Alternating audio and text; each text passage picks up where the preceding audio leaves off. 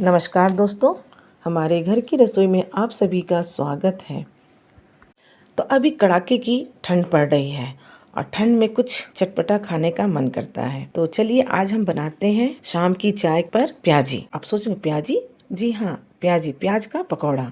तो प्याज का पकौड़ा बनाने के लिए सबसे पहले हमें प्याज को काट लेना होता है। उसके बाद प्याज के जितने भी स्लाइस होते हैं उसे अलग अलग कर लेते हैं। तो ये देखिए, हमने एक बर्तन में यहाँ पे हमने 250 ग्राम प्याज लिया है, हरी मिर्ची, लहसुन, अदरक और ये जो सामग्री है वो आप अपने अनुसार टेस्ट के अकॉर्डिंग कर सकते हैं। जैसे कि हमने 1 इंच अदरक लिया है, 4-5 कलियां लहसुन की ली है और कुछ हरी मिर्च लिया है।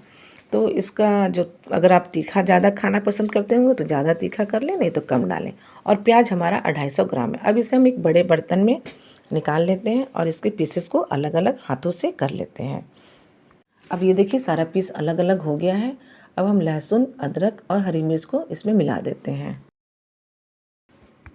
तो हमने यहाँ पे कुछ मसाले लिए हैं, जिसमें स्वाद अनुसार नमक लेंगे, जीरा लेंगे आधी चम्मच अजवाइन और आधा चम्मच हम हल्दी लेंगे और 4-5 दाना हमने काली मिर्च लिया है, जिसे हमने दरदरा कूट लिया है। अब इन सभी मसालों को हम प्याज में डाल लेते हैं और डाल के मिला के इसे हम 10 मिनट के लिए रेस्ट पर छोड़ देंगे, जिससे क्या होगा कि प्याज अपना पानी छोड़ देगा। तो अब हमारा 10 मिनट हो गया है। अब ढक्कन हटा के हम देख लेते हैं कि प्याज ने कितना पानी छोड़ा है। देखिए, प्याज सॉफ्ट से लग रहे हैं, मुलायम मुलायम लग रहे हैं।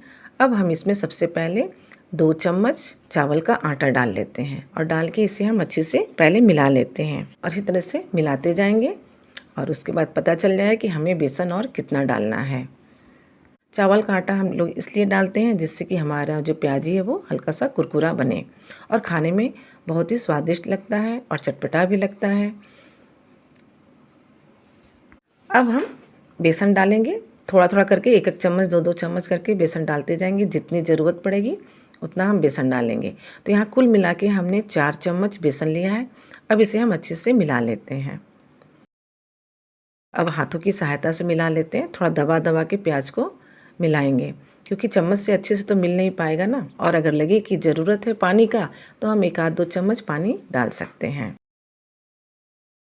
तो देखिए, मिलाने के बाद लग रहा है कि थोड़ा सा हल्का सा जो हमारा मिश्रण है वो टाइट हो गया है। तो अब हम यहाँ पे थोड़ा सा 1 चम्मच या आधी चम्मच पानी डाल लेते हैं। तो देखिए, मैं गिलास से ले रही हूँ, बस थोड़ा ही हमने पानी लिया और देखिए कैसे ये जो मेरा मिश्रण है वो तैयार है। तो बस इसी तरह से हमें मिला लेना है। बहुत आसान है प्याजी बनाना और खाने में भी बहुत स्वादिष्ट लगता है। तो ये देखिए, अब तैयार हो गया। अब दूसरी तरफ हम कढ़ाई को गर्म होने के लिए बैठा दिए थे। तो देखिए, अब हमारा तेल और कढ़ाई दोनों गर्म हुआ है कि नहीं हुआ है, पहले हम उसे चेक कर लेते हैं।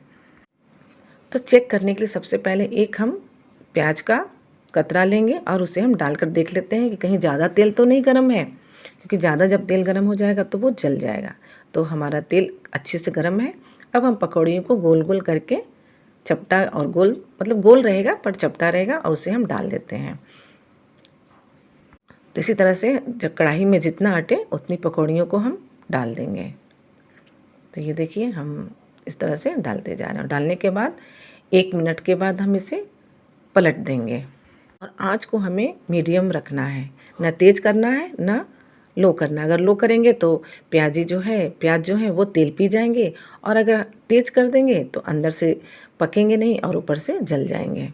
तो इन सब बातों का ध्यान रखना पड़ता है कोई भी चीज़ तलते समय। तो बस देखिए, अब हम इसे पलट लेते हैं। देखिए कितना अच्छा कलर आया है हमारी पकौड़ियों का। और अब हम इसे पलट दिए और देखिए, पलटने के बाद आधे मिनट के बाद ये पकौड़ी हमारी बनके तैयार हो गई। अब इसे हम निकाल लेते हैं, अगर ज़्यादा देर रखेंगे तो ये जल जाएंगी। और इसी तरह से हम अपने दूसरे बैच को डाल देते हैं। तो देखिए, हमने दूसरे बैच को भी डाल दिया और इसी तरह से उलट पलट के हम इसे सेक लेंगे।